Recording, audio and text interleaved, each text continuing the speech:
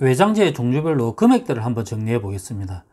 외단열 공법을 제가 100으로 기준을 잡겠습니다. 여기에는 드라이비트, 스토코트, 스타코 이렇게 여러 가지 있지만 그거를 조금씩 차이는 있지만 그냥 전부 다 100으로 잡고, 스타코 플렉스는 이 금액대에서 한참 더 올라가기 때문에 제외를 하겠습니다. 외단열 공법을 100으로 잡았을 때 석재는 한 2, 300 정도로 보면 되고, 그리고 징크, 진타맥스, 복합 판넬은 300 정도로 보면 될 것 같습니다. 그러면 유리는 어느 정도 비율이냐? 400 이상으로 보는 게 적당하다고 생각합니다. 그러면 여기서 좀 함정이 있습니다. 외단열 공법은 단열재와 마감재를 한꺼번에 해결할 수 있는 재료입니다. 그런데 제가 좀 전에 말씀드린 그 비용들은 단열재 공사를 뺀 순수 그 마감재에 대한 비용입니다. 그러니까 여기서 단열재 시공 비용을 포함을 시켜야 됩니다.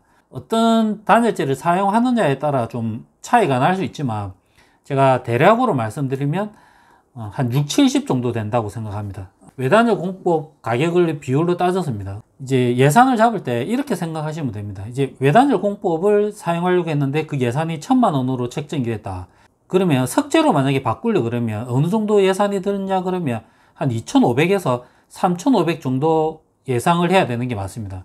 순수하게는 2000에서 3000이지만 이게 단열재 한 6, 70을 대하면 뭐 2000만 원 후반에서 3000만 원 후반대가 됩니다. 외단열 공법에서 예를 들어서 복합 판넬로 가고 싶다. 그렇게 했을 때는 복합 판넬은 최소한 3500 이상은 예산을 잡아야 된다는 뜻입니다. 이렇게 예산을 잡고 가시면 큰 무리가 없지 싶습니다. 지금 제가 오프라인으로 강의를 계획하고 있습니다. 강의에 관심이 있으시다 그러시면 고정 댓글을 참고해 주시면 감사하겠습니다. 안녕하십니까, 십진은 이박사입니다. 이번 영상에서는 건물의 외장재에 대해서 같이 한번 공부를 한번 해보겠습니다. 보여드리는 이 영상들이 제가 얼마 전에 상가가 밀집되어 있는 지역에 한 바퀴 하면서 외장재를 조금 사진을 찍어 왔는데 전부 다 사진들이 상가 건물입니다. 상가 건물이라 그래서 다르고 뭐 주택 건물이라서 외장재가 다르거나 그런 건 아닌데, 주택에 주로 사용하는 외장재가 있고 상가나 이런 건물에 주로 많이 사용하는 외장재가 있긴 하지만 건물의 외장에 사용하는 재료라 보시고 좀 사진을 한번 보시면 좋을 것 같습니다. 첫 번째로는 창문입니다. 창문은 외장재가 아니냐 이렇게 생각할 수 있지만 어찌 보면 건물의 외장에 창문이 차지하는 비중이 상당히 큽니다. 비율도 크지만 또 외장재로 생각하면 창호가 가장 비싸다고 생각합니다. 이렇게 보여드리는 것처럼 이제 전체가 다 유리로 되어 있는 건물들이 상당히 많이 있습니다. 상가의 대표적인 형태입니다. 사면이 다 전부 다 유리로 되어 있는 건물도 있고, 전면성이 좋은 부분만 전부 다 유리로 하고, 이 뒤쪽 부분은 창문만 빼놓고 드라이비트 마감, 외단열 공법으로 마감을 한 건물입니다. 이렇게 유리로 하면 장단점은 명확하게 있는 것 같습니다. 어떤 건물을 이렇게 유리로 다 해놓으면 상당히 깨끗하고 이쁜데, 근데 이런 건물의 또 단점이라 할 수 있는 게 간판을 걸기가 좀 힘듭니다. 이런 외장재를 선택을 했을 때는 간판을 어떻게 걸 거냐 고민을 많이 해야 됩니다. 이렇게 자세히 보면 유리 중간중간에 하얀색 이런 게 보입니다. 이게 간판을 지지할 수 있는 틀을 공사를 하면서 미리 시공을 해 놓은 겁니다. 만약에 이런 게 없으면 간판을 설치를 못 합니다. 상가에 임대하는 목적이 수익 창출인데 간판을 잘 못 걸게 하는 구조가 되면 세입자 입장에서 상당히 조금 애매하지 않습니까? 유리가 외장재로 치면 가장 비쌉니다. 상당히 비싸기 때문에 건물을 짓거나 이렇게 할 때 전체를 다 유리로 하고 싶다, 비용적으로 고민을 하셔야 됩니다. 전체 다 유리 같으면서도 이제 빨간 띠가 있고 옆에 또 검은 띠가 있습니다. 이 집은 더 비싸게 한 겁니다. 유리 있는데 그냥 색을 칠하거나 한 거 아닙니다. 그냥 알루미늄 틀을 갖다가 끼워 놓은 겁니다. 외장을 치장을 한 겁니다. 중간중간에 이렇게 살을 집어넣었다 그러면 건축공사비에 돈을 많이 들인 겁니다. 그러니까 이런 건물은 조금 비싸게 비용을 들였다 이렇게 이해를 하시면 됩니다. 옥상에도 보면 이렇게 장식물을 해놨습니다. 실제로 이런 장식물을 탄광 건물에 많이 하는데 솔직히 큰 의미는 없습니다. 근데 이제 건축주 입장에서는 건물을 좀 더 크게 보이게 하는 효과가 있기 때문에 많이 선호를 하십니다. 비용적으로 보면 저 비용도 무시를 못하기 때문에 조금 고민을 하셔야 됩니다. 대부분 보면 집도 그렇지만 상가든 옆집 건물보다 조금 더 컸으면 좋겠다, 이런 생각을 많이 가지십니다. 옥상에 난간을 높게 한다든지, 안 그러면 옥상에 이제 장식 구조물을 설치해 가지고 좀 건물을 크게 하는 경향이 많은데 다 비용입니다. 그 다음으로는 좀 눈에 많이 띄는 석재를 좀 보여드리겠습니다. 뭐 흔히 많이 볼 수 있습니다. 이런 건물처럼 보면 일부 차후만 빼놓고 전부 다 석재입니다. 2층에만 유리가 많이 들어가 있고 위에는 유리가 많이 안 들어가 있습니다. 그 안에 골조 비용도 있어 가지고 뭐 어떤 게 정답이라 이렇게 할 수는 없지만 외장재 비용으로 봤을 때는 창호가 이제 유리가 많은 건 공사비가 비싸게 친구고, 이렇게 석재가 많이 들어가 있다 그러면 유리가 전체 되는 것보다는 조금 더 저렴합니다. 이 석재도 종류가 원체 많으니까. 근데 외장재로 쓰는 석재가 또 한정적으로 있습니다. 이렇게 보시면 회색깔로 되어 있는데 깔끔한 거 치료는 괜찮은 것 같습니다. 중간에 보이는 거 딱 유리하고 석재로 하고. 사실은 이렇게 건물을 짓는 게 개인적으로 생각할 때 유지보수 차원에서 가장 좀 이상적이지 않을까 이런 생각이 듭니다. 석재에서 크게 문제가 될 일은 별로 없기 때문입니다. 나중에 장기적으로 문제가 됐을 때는 석재와 석재 사이에 실리콘이 좀 문제가 되면 됐지, 돌이 문제가 되는 경우는 좀 드물기 때문입니다. 돌도 사용을 좀 잘해야 되는데, 이 같은 경우에는 자세히 보시면 여기가 벽체를 현무암으로 사용을 했습니다. 제수석 구멍이 뻥뻥 뚫려 있는 돌인데, 제가 다른 데서도 많이 말씀을 드렸습니다. 현무암인 경우에는 안에 누수에 될 확률이 위험이 많다. 제가 일단 경험한 상황이고 이렇게 해서 저 같으면 이렇게 현무암을 쓰지는 않을 것 같은데 이렇게 현무암을 써놨습니다. 조금 상당히 염려스럽습니다. 사실 제 건물도 아니고 제가 세입자도 아니고 남 걱정할 처지는 아니지만 조금 그렇습니다. 그리고 요 중간중간에 2층 높이까지 전부 다 현무암을 썼습니다. 상당히 좀 우려되는 부분인 것 같습니다. 만약에 외장재를 고민한다 그러시면 현무암은 강력하게 비추천드립니다. 현무암은 비추천드리지만 외장으로 안전빵으로는 제일 괜찮다고 생각합니다. 이것도 전부 다 돌로 해놓은 건데 돌도 이쁜 종류가 많이 있습니다. 그리고 이 건물은 인조석입니다. 돌 느낌이 납니다. 이제 돌은 아닙니다.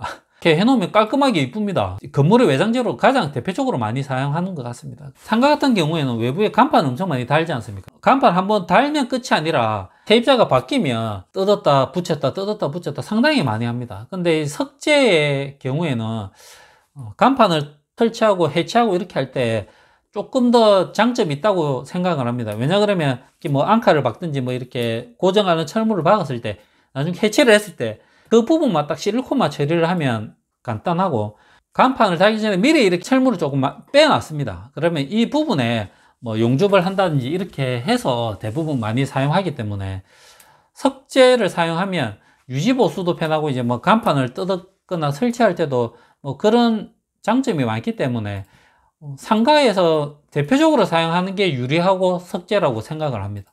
장기적인 관점에서는 가장 유리하지 않을까 이런 생각을 가집니다. 비용도 당연히 유리보다도 저렴하고 다른 재료에 비해서 조금 더 저렴합니다. 종류 따라 금액 따라 편차가 좀 심하기 때문에 돌 중에서 저렴한 것도 있고 조금 비싼 것도 있고 이렇게 하기 때문에 다른 재료에 비해서 월등히 저렴하다 이렇게 할 수는 없지만 평균적으로는 좀 저렴하고 유지보수도 편하고 여러 가지 장점이 있다고 생각합니다. 그리고 이제 복합 판넬이라고 있는데 샌드위치처럼 안에는 고무가 들어가 있고 양쪽에는 알루미늄이 들어가 있는 겁니다. 저희가 흔히 많이 볼 수 있는데 그냥 복합 판넬이라고 말씀드리면 선뜻 잘 안 떠오르지만 저희 주변에 많이 있습니다. 이렇게 보시면 지금 이 건물도 보면 회색도 그렇고 이렇게 약간 이제 밝은 아이보리입니까? 이 색깔도 그렇고 전부 다 복합 판넬입니다. 정말 많이 흔히 볼 수 있는 재료입니다. 보시면 조금 단점이 이렇게 실리콘 이제 연결되는 부분에 뭐든지 이렇게 물때는 많이 타지만 제 개인적으로는 이제 복합 판넬이 물때가 좀 많이 타는 것 같습니다. 이렇게 보시면 이제 위에서 내려오지 않습니까? 일반인들 눈에는 잘 안 띌 수도 있지만 제 눈에는 좀 많이 보이니까. 그리고 또 복합 판넬이 또 문제가 이 색이 좀 장기적으로 좀 이렇게 갑니다. 어찌 보면 도장을 하고 코팅 처리를 한다 해도 시간이 조금 지나면 얼룩처럼 이렇게 많이 져있습니다. 제 기억에 이 건물이 그렇게 오래된 건물은 아닌데도 불구하고 조금 색깔이 많이 가했습니다. 이런 거 시간이 지나면 다시 칠하는 경우도 있고 기둥 같은 경우는 색이 더 많이 가지 않습니까? 복합 판넬이라 그래도 천년만년 가는 게 아니라 유지 관리를 많이 해줘야 됩니다. 이런 유지 관리하는 게 나는 귀찮고 힘들고 또 비용도 많이 생각해서 하기 싫다 그러면 사실은 복합 판넬을 그렇게 추천드리는 건 아니라고 생각합니다. 근데 이런 상가 건물을 보면 복합 판넬이 엄청 많이 들어가 있습니다. 이 건물도 유리 빼놔놓고 전부 다 복합 판넬입니다. 다 똑같습니다. 옆집이 줄줄이 전부 다 보면 유리 아니면 복합 판넬입니다. 성향인 것 같습니다. 이 집은 유리 아니면 복합 판넬, 어떤 집은 유리 아니면 석재, 유리 아니면 외단열 이렇게 많이 가는 것 같습니다. 그리고 그 다음으로는 징크를 사용하는 경우도 있고, 이건 또 명칭이 조금 다양한데 진타맥스라고 하는 경우도 있고 스틸루바라고 하는 경우도 있고, 이게 똑같은 재료입니다. 징크라는 철판이나 알루미늄이나 티타늄 그런 재료를 가지고 평으로 평평하게 했을 때 저희들이 징크라고 많이 하고, 그걸 굴곡지게 하면 진타맥스를 하는 경우도 있고 스틸루바라고 다 많이 합니다. 징크는 제가 흔히 많이 볼 수 있지 않습니까? 특히나 주택에서 많이 사용하지, 제 눈에는 상가 건물에서는 그게 또 많이 사용을 안 하는데, 제가 말씀드리고 싶은 거는 이 진타맥스 스틸루바 이 종류입니다. 우리 주변에서 흔히 볼 수 있는 데가 어디냐 그러면 스타벅스를 가시면 이 재료를 상당히 많이 사용을 해 놨습니다. 스타벅스 지점에서 많이 사용을 해서 이게 많이 퍼졌는데, 요 근래에는 생각보다 상당히 많이 사용을 합니다. 저 역시도 예전에 주택을 지을 담장 부분에 진타맥스를 사용을 했고, 신축 상가 건물을 지금 계획하고 있는데 거기에도 전면에 이 진타맥스를 좀 일부 사용할 계획이 있습니다. 원재료가 철로 되어 있는 경우도 있고, 요즘에는 이걸 또 운용해서 내장재료도 많이 사용합니다. 이게 내장재료 사용하는 거 일단 예외를 두고, 또 어떤 경우에는 저희 합성목재 데크 시공하는 것처럼 이렇게 PVC 계열로 해서 외장재, 진타맥스 모양 그대로 이 굴곡지는 걸 가공을 해서 외장재에 좀 일부 시공하는 경우도 요 근래에는 많이 있는 것 같습니다. 이런 재료는 요 근래 좀 많이 사용을 하는데, 외장재로서는 재료만 잘 선택하고 하면 디자인은 상당히 좀 이점이 있다고 생각합니다. 장단점을 따지기는 좀 그런데 금액대도 어느 정도 비슷합니다. 외장재에 사용하는 금액대가 엄청 많은 편차가 있는 게 아니라서 중간 포지션입니다. 뭐 징크나 복합 파넬이나 뭐 석재 조금 비싼 재료, 그 정도 선 금액, 공사 금액대라고 생각을 하시면 될 것 같습니다. 외장재로 이런 재료를 잘 사용만 한다 그러면 되게 이쁘게 마감을 할 수 있다고 생각을 합니다. 이제 외단열에 대해서 좀 설명을 드릴 건데, 외단열 공법은 가장 많이 사용을 합니다. 건물에서 제가 다른 부분에서 제 주택에서도 많이 사용하지만 상가 건물에서도 상당히 많이 사용합니다. 전면성이 있는 데만 지금 좀 전에 말씀드렸던 유리와 돌, 유리와 복합 판넬 이런 재료를 사용하고, 눈에 안 보이는 공간에는 전부 다 이렇게 외단열 공법을 많이 사용합니다. 삼면이 다른 건물과 맞닿아 있다 그러면 거의 대부분 드라이비트나 스토커트 외단열 공법을 사용을 합니다. 아주 많이 흔히 볼 수 있습니다. 이 건물 같은 경우에는 전면성이 좀 있는데도 불구하고 비용을 좀 절약하기 위해서 일부만 석재를 썼습니다. 유리하고 석재를 쓰고, 위에는 유리와 전부 다 스톤코트를 사용했습니다. 그러니까 일반인들 눈에 볼 때는 그냥 전부 다 똑같이 보이는데, 딱 이 경계로 해서 밑에는 돌을 사용했고 위에는 스톤코트를 사용했습니다. 비용적으로 많이 절감을 한 겁니다. 제 눈에는 보이니까 일반인들 눈에는 잘 안 보일 수 있습니다. 그리고 이런 거의 문제점은 시간이 지나면 이렇게 터집니다. 제가 볼 때는 이 상가 건물이 그렇게 오래되지 않습니다. 이 근방이 전부 다 새로 신도시라 가지고 신축 건물인데도 불구하고 어찌 보면 이 건물만 유독 눈에 띄었습니다. 외단열 공법을 했는데 전부 다 맛이 갔습니다.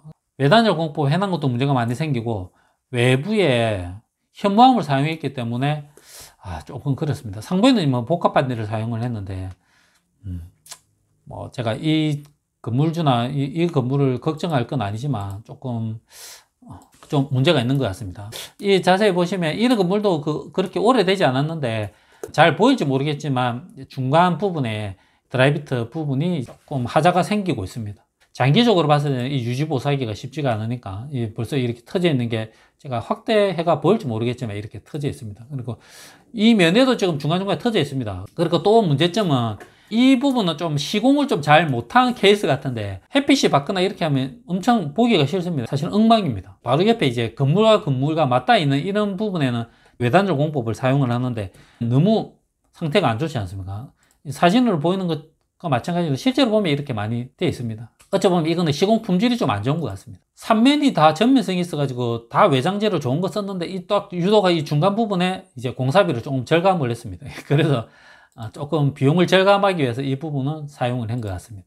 그리고 이거는 외단열 공법을 사용해서 좀 오래 지난 건데, 눈으로 보면 더 자세히 보이는데 사진으로 봐서 좀 그럴 수도 있지만 한 장은 좀 볼록볼록합니다. 이 스티로폴이 시간이 지나면 한 장 한 장 붙여놓은 스티로폴이 웁니다. 조금씩 보기가 좀 좋지가 않습니다. 그리고 이 건물 같은 경우에도 상당히 많이 오래된 건물인데 후에 뭐 이렇게 보수를 한 것 같습니다. 전체적으로 돈을 들여서 싹 보수한 게 아니라 조금 벽체가 고정되어 있는 게 약하다고 느꼈는지 중간중간에 고정을 일부 조금 한 것 같습니다. 색깔도 다시 한번 칠했겠지만 이렇게 장기적으로는 개인적으로는 좀 그런 것 같습니다. 예전에 많이 사용하기도 하고 권장도 했는데 단열도 그렇고, 근데 비용도 그렇고, 근데 돈이 조금 있다 그러면 사용 안 하는 게, 그렇지만 가성비나 이런 거 따져서는 이 말고는 솔직히 답이 없기 때문에 뭐 여러 가지 문제점이나 단점이 있지만 금액적인 걸 무시 못하니까 상당히 많이 사용하고 있는 재료라고 생각을 합니다.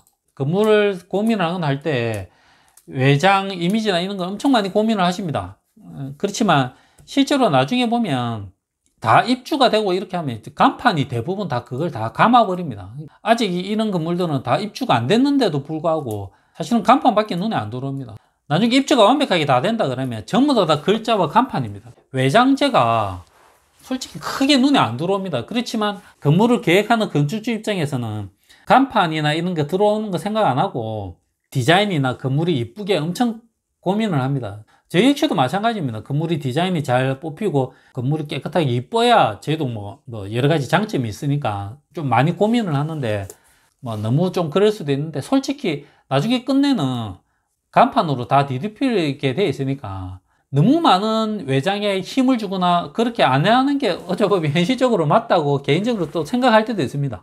어차피 나중에는 건물에서 눈에 들어오는 건 간판밖에 없으니까 외장재가 뭐 쓰냐 나중에 그걸 보는 사람은 개인적으로는 거의 없다고 생각합니다. 제 같은 사람이야 이 건물 돈 많이 들였네, 이 건물 외장 좋은 거 썼네, 이 디자인 신경 썼네 이렇게 하지만 100명 중에 99명 98명은 거기에 붙어있는 간판만 보지 외장재나 디자인을 그렇게 생각하지는 않는 것 같습니다. 제가 이렇게 말씀은 드렸지만 예외인 경우도 많이 있습니다. 예를 들어서 사옥을 짓는다든지 들어오는 업체가 한 업체, 단독 업체가 들어와서 건물을 사용한다든지 그런 경우에는 외장을 엄청 돈을 많이 들여가지고 특이하게 해놓으면 그 건물이 그 일대의 랜드마크 역할을 하기 때문에 그런 장점이 있는 경우도 많이 있습니다. 이런 경우에는 외장에 엄청 힘을 많이 실어줍니다. 디자인이나 비용이 엄청 신경을 많이 씁니다. 그렇게 해놓으면 이제 건물이 눈에 확 띄어서 사실은 그런 건물들은 뭐 간판을 별도로 달 필요가 없습니다. 그 건물이 그 지역의 상징이 되는 거기 때문에 그런 장점들도 많이 있어서 그런 목적의 건물들 같은 경우에는 반대로 외장에다가 엄청나게 많은 힘을 실어주는 경우도 많이 있습니다. 이제 이 건물에 시계를 단다든지 중간중간에 이렇게 문양을 집어넣는다든지 또 여기도 마찬가지입니다. 여기 멀리서 보면 건물 3개에 문양을 집어넣었습니다. 이 신축 건물에도 이제 코너에 이렇게 문양을 집어넣었고 이 건물에도 이 벽체에 좀 생뚱맞게 문양을 집어넣었습니다. 그리고 이제 위에도 이렇게 이 위에 누가 보일 수가 없습니다. 안 보입니다. 그렇지만 이 문양을 넣어놨습니다. 이 문양을 눈으로 확인하는 사람은 저밖에 없지 않을까, 그리고 아마 건축주나 확인하지 않을까 싶은데 개인적으로는 이것도 다 비용입니다. 그냥 민자로 똑같은 아르비로 똑같은 색깔을 하는 거하고 이렇게 문양을 집어넣는 거 당연히 비용이 들어갈 거 아닙니까? 문양을 집어넣을 때 그냥 문양을 집어넣겠습니까? 엄청 많이 고민을 하면서 이걸 집어넣어놨을 겁니다. 근데 이걸 누가 보겠습니까? 제가 너무 극티 같은 이야기를 하는지 아닌지 모르겠는데 아무도 보지 않습니다. 한 1000명 중에 한두 명이 볼까 말까 하는 겁니다. 뭐 결과론적인 거지만 굳이 할 필요가 있나? 굳이 이런 돈을 들일 필요가 있나? 이런 생각을 가집니다. 조금 전에 시계도 마찬가지고 나중에 끝내는 시계 나중에 설 겁니다. 고장이 나가지고. 근데 시계가 맞는지 안 맞는지도 나중에 모를 겁니다. 사실은 건축주도 그럴 거고 아무도 모를 겁니다. 나중에 끝내는 그냥 방치될 겁니다. 그렇지만 뭐 처음에 계획할 때는 상징적으로 많이 하고 싶어 하니까. 근데 결과론적인 겁니다. 유지보수도 그렇고 여러 가지로. 제가 이렇게 말씀을 드렸는데 빠진 게 있습니다. 벽돌이 좀 빠졌는데 벽돌은 이런 상가 건물에서는 그렇게 많이 사용은 하진 않는 것 같습니다. 대부분 주택에서 많이 사용하고 그렇게 하니까. 그리고 제가 별도로 벽돌에 관련돼 가지고는 이제 좀 장단점이나 여러 가지로 좀 설명을 드린 영상이 있기 때문에 벽돌은 그 영상을 좀 보시면 참고가 되지 않을까 싶습니다.